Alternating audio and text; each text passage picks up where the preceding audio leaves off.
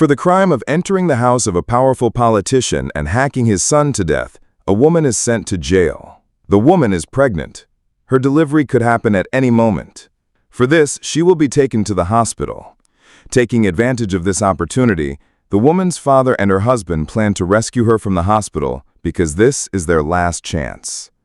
But on one side are the police, and on the other are the politician's goons, who will kill the woman as soon as she gets out. In such a situation, will the woman's father and husband be able to escape with her? And if so, how? Honestly, from the beginning to the end, the movie will keep you in high tension and suspense, and at the end, it will give you a shock for which you will not be prepared. Hello friends, this is Plaban, and welcome to Plaban World. I am talking about the 2025 Malayalam crime-suspense thriller movie, Azadi. The Court. Session Court. This person's name is Madhav, and the man sitting in the car is a local politician, Rabindro. Raghav informs Rabindro that the girl is pregnant, so she won't get the death penalty. Rabindro says, then finish her off as soon as she comes out of the court. For this, Raghav also tells his men to do the job as soon as she comes out of the court. Meanwhile, on the court's veranda, the girl's father, Shiba, is standing. Advocate Menon comes and consoles him.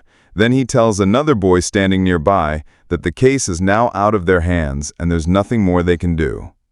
After this, a girl named Ganga is brought out and put into a prison van. Everyone is now looking at Ganga. The scene shifts to 7 months later. Ganga was pregnant at the time of her arrest. Now it's her final month, so she's brought for a checkup. And let me tell you one more thing. Ganga cannot speak. She explains everything through gestures. After the checkup, the doctor tells CI Anwar that Ganga's blood count has decreased.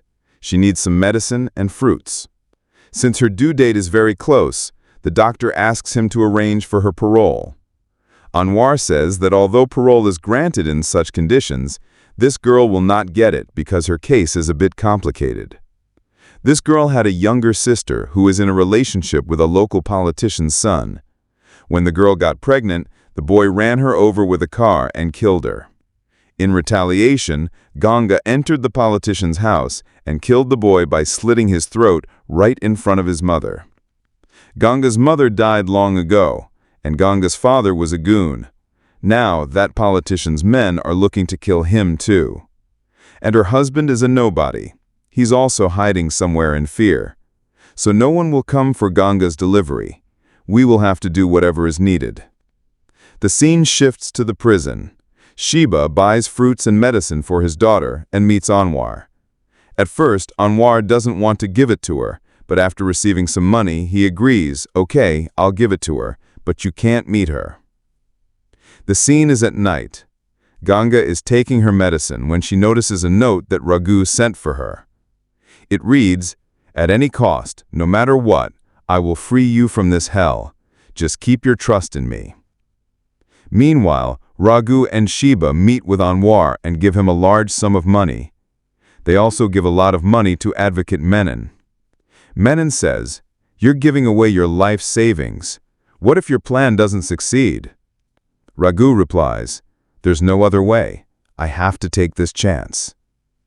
On the other hand, Shiba has come to meet a man named Papan.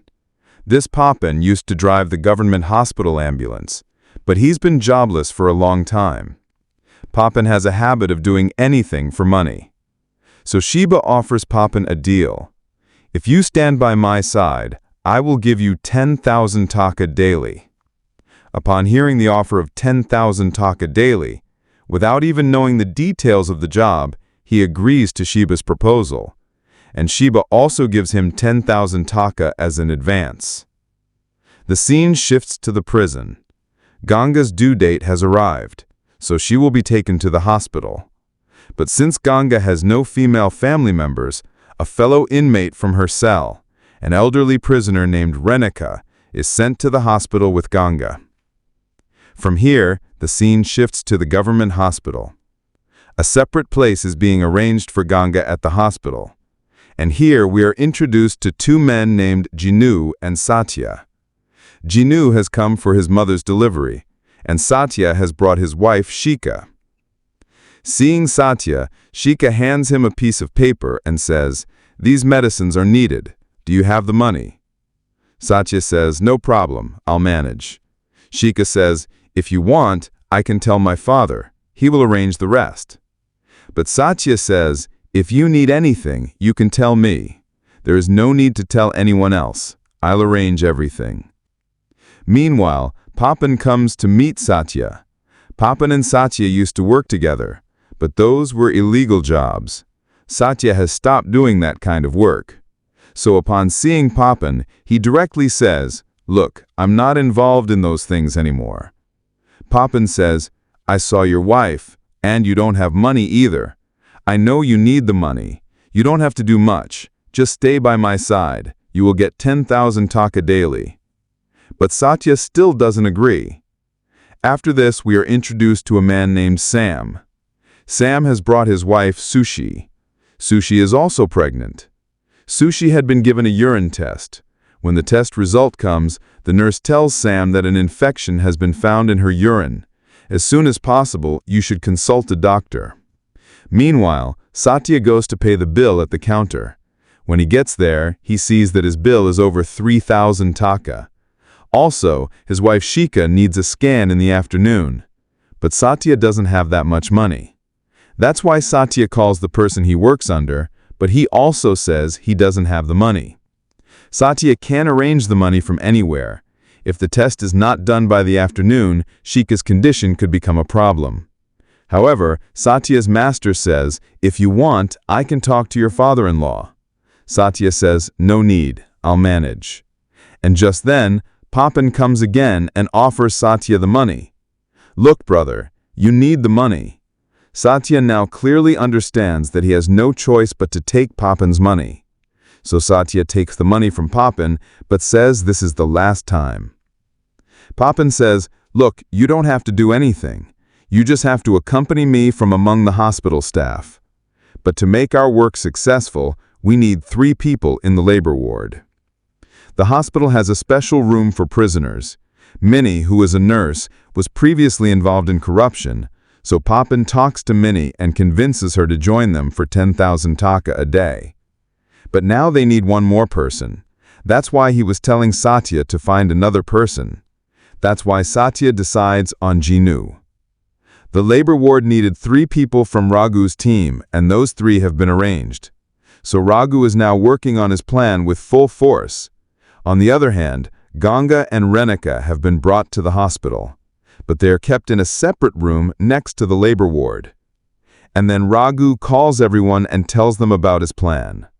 Raghu says this hospital has total 4 blocks. 2,000 to 3,000 people visit the hospital every day. There are 2 gates for entry and exit, and among the 4 blocks of the entire hospital, Block C is the labor ward. So Block C is their target area. The visiting time for the labor ward and the baby ward is from 11 a.m. to 3 p.m., and 3 gynecologists are in charge here. They are Dr. Prabha, Dr. Kiran, and Dr. Annie. These 3 have a team of 12 junior doctors, and in this ward, there are a total of 12 nurses working in 2 shifts. The hospital has no separate room for prisoners. That's why an arrangement has been made to keep Ganga in a special room next to the labor ward. And to ensure Ganga's security, 1 ASI, 1 CPO, and 2 lady constables will be there. And Renuka, who came with Ganga from the jail, is also there. This was their basic information. Raghu, giving information, tells everyone that within 24 hours of Ganga's delivery, Ganga and her baby must be brought out of Block C unnoticed by the police at any cost. Hearing Raghu, they realize that taking out a woman who has just delivered and a newborn baby from amidst so many patients is not an easy task at all.